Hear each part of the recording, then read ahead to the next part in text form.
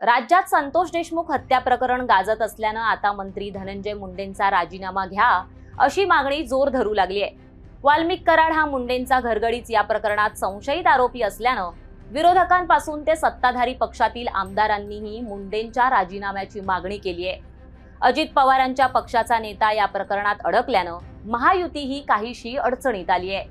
धनंजय मुंडेंचा राजीनामा घेतला तरच सरकारची लाज राखली जाईल असं राजकीय वर्तुळात बोललं जातंय।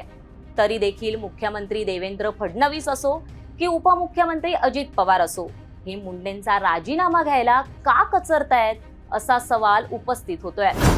मस्साजोग गावचे सरपंच संतोष देशमुख यांच्या हत्येला महिना होत आला तरी पोलीस तपास अजूनही पूर्ण झालेला नाहीये।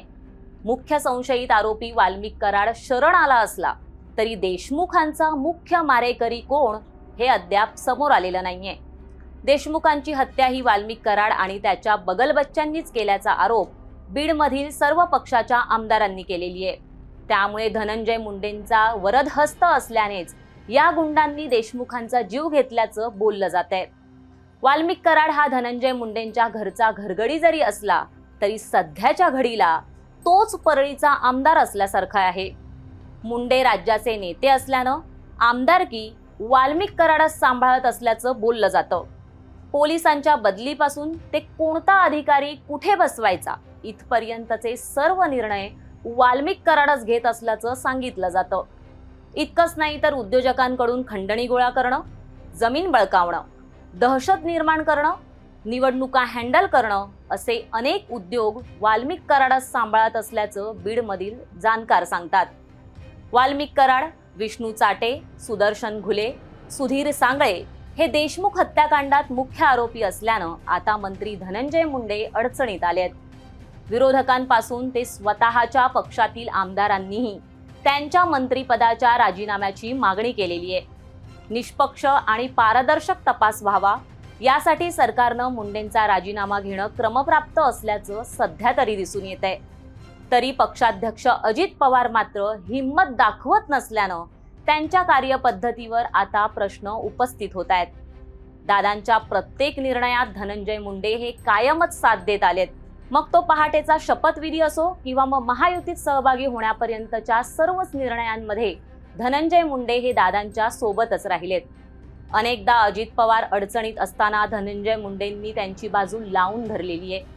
परंतु आता त्याच धनंजय मुंडेंची बाजू लावून धरण्याची वेळ जेव्हा आली तेव्हा मात्र दादांनी मौन बाळगलंय।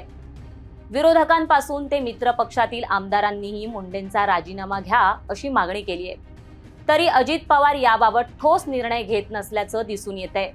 या उलट अजित पवार यावर भाष्य न करता वेळ मारून देण्याचं काम सध्या करताना पाहायला मिळतायत। दुसरीकडे मंत्र्यांवर गंभीर आरोप होत असताना मुख्यमंत्री देवेंद्र फडणवीसही राजीनामा घेण्यासाठी फारसे आग्रही दिसत नाहीयेत।